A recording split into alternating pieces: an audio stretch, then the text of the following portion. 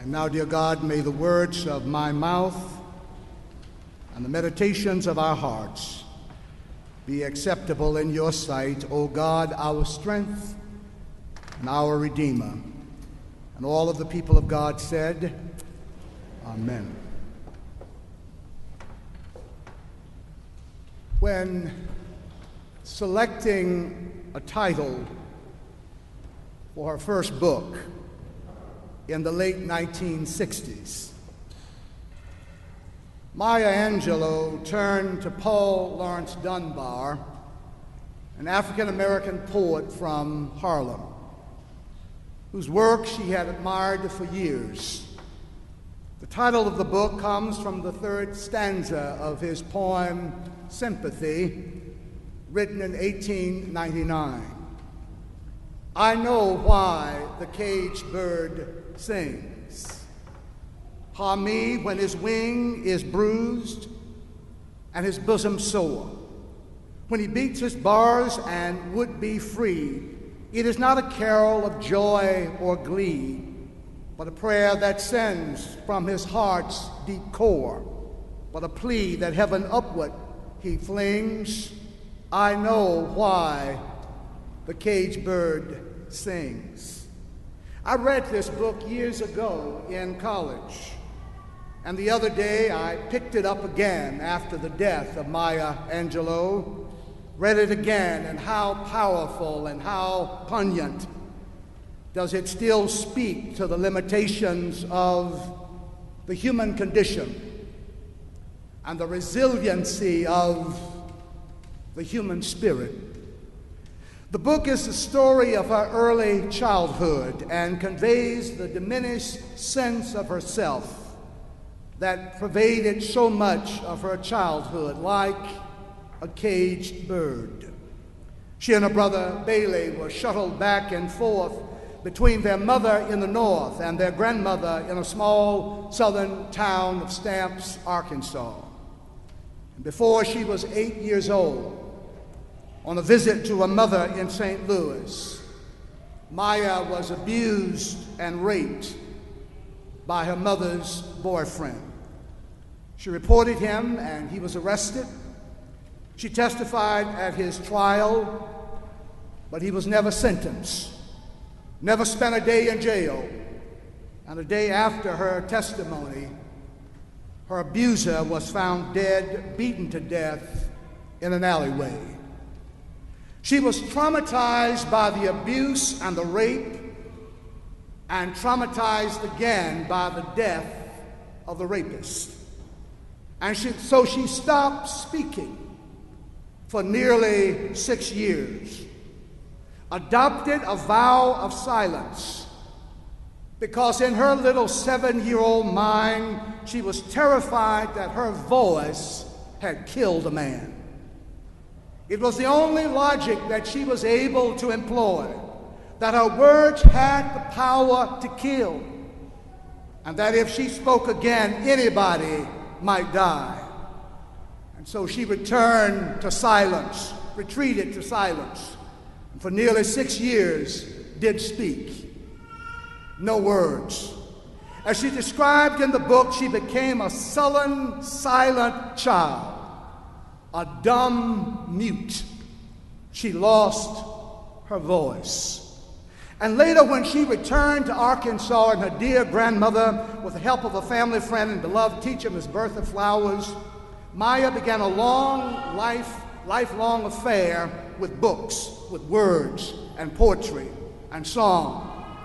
And slowly, very slowly, came out of her isolation and regained her voice, a voice that the whole world would eventually hear and embrace. And so in 1970, she picked up the words from 1899 of the great bard from Harlem and said, I know why the caged bird sings.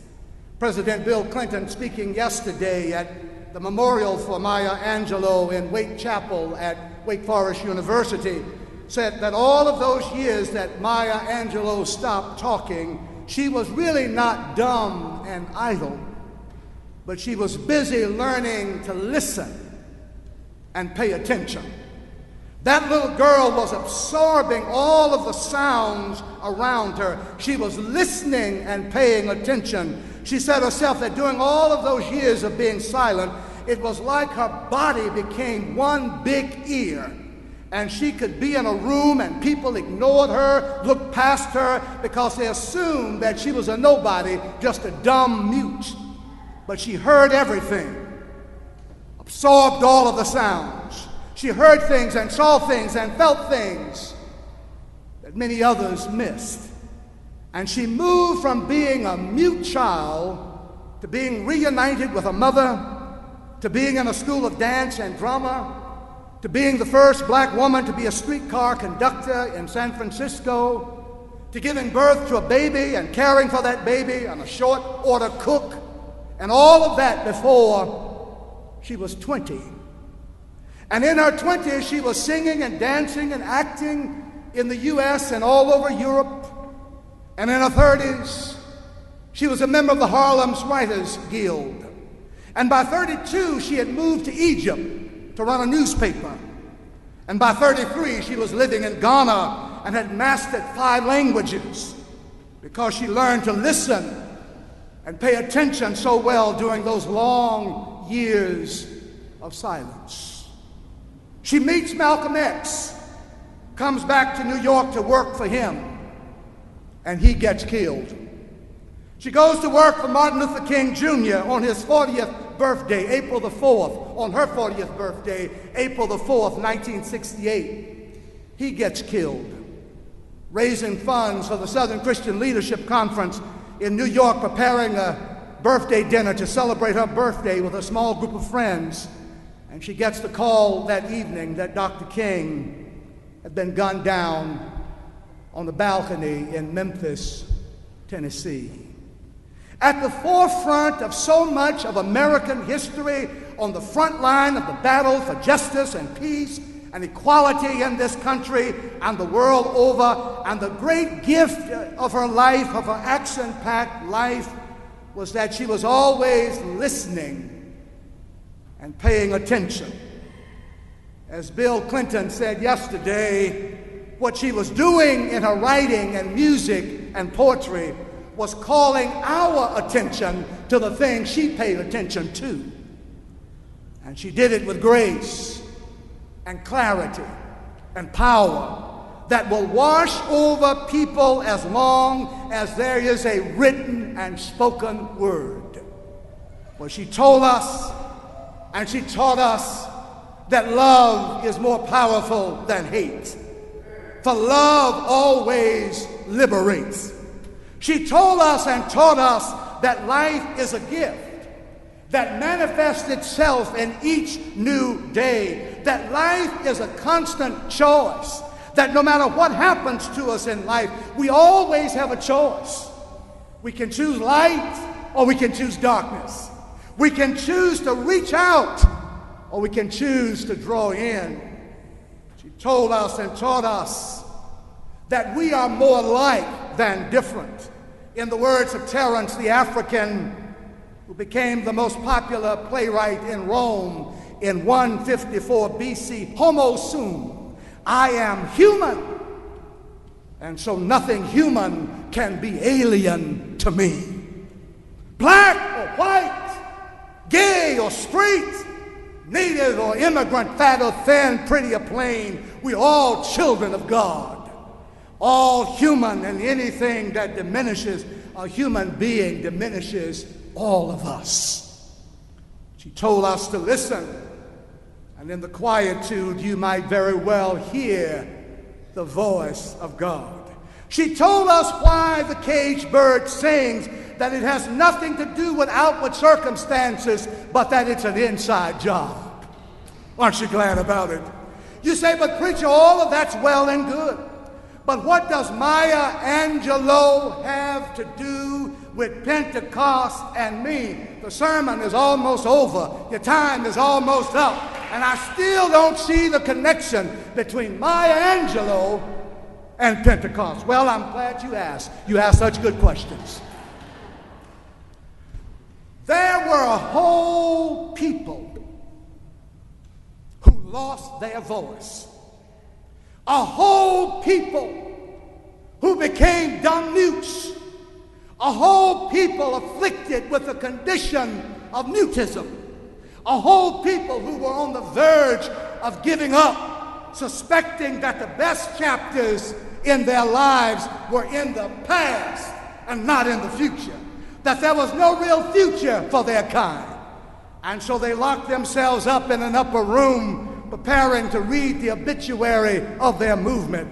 A whole people who entered into the oblivion and isolation of silence. Not just a little black girl from Stamps, but a whole people lost their voice and ability to speak. And on the day of Pentecost, the festival of weeks that celebrates the completion of the spring harvest, the city of Jerusalem was once again filled with folks from all over the ancient world. And suddenly, say suddenly. Suddenly something happened. Suddenly something uncanny, something extraordinary, something mysterious. One of those experiences that doesn't translate easily or explain well. An event that you had to be there in order to get it. It was suddenly. In the telling of it years later, the writer Luke chooses excessive and extravagant language and images, rushing wind. He said it was like rushing wind. It was like tongues of fire. What happened to the disciples. They were transformed, and that little scared, motley crew of disciples went out from that place and turned Jerusalem and the whole world upside down. Suddenly, they found their voice and the courage to use their voice. Suddenly, they could speak and be understood by everybody. A careful reading of the account shows that the miracle of Pentecost is not the peculiar, extraordinary experience of speaking in tongues, but it's being able to understand clearly. People could hear. They were listening. They were paying attention. Communication happened. Luke wants us to know that the whole world was there and everybody understood each other. And Luke wants us to know that in God's Spirit, God's active, creative, generative, transforming presence, there's the power to transcend all of the diversity and our differences and create a sense of community. This is what happened on the day of Pentecost, and it happened suddenly. Folks were reminded that we are all a part of one family, that we are more alike than we are different. And I just came to tell you this morning that that same Spirit is here and available to us.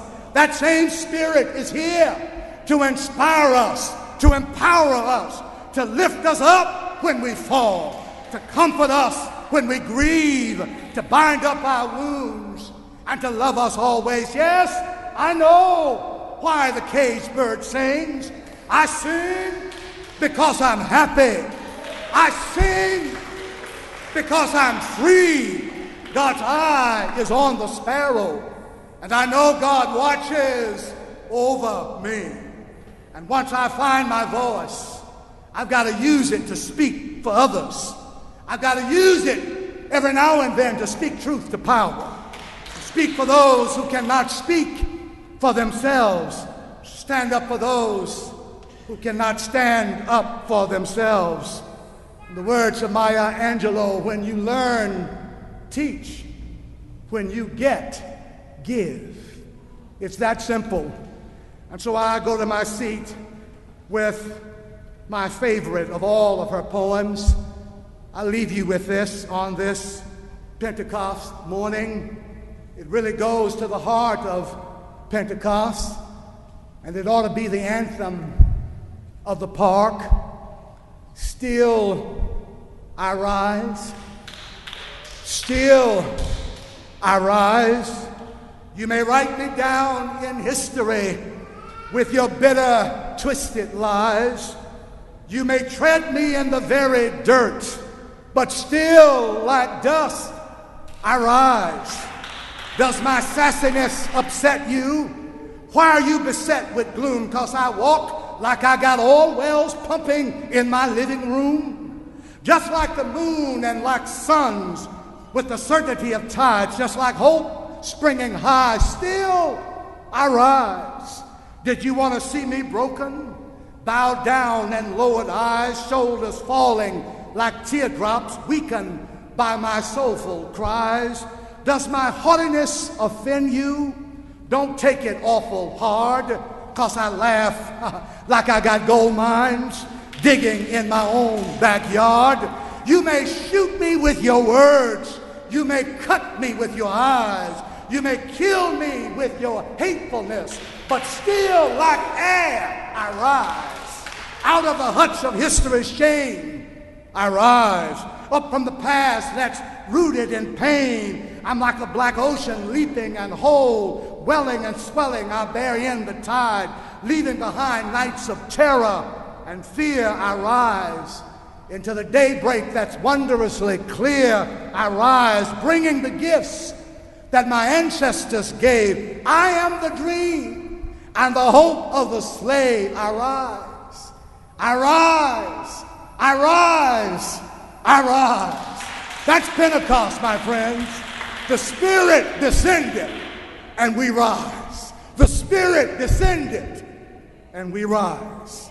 And so our only prayer can be, Spirit of the living God, fall afresh on us. Spirit of the living God, fall afresh on us. Break us, melt us, mold us, use us. Spirit of the living God, fall afresh on us.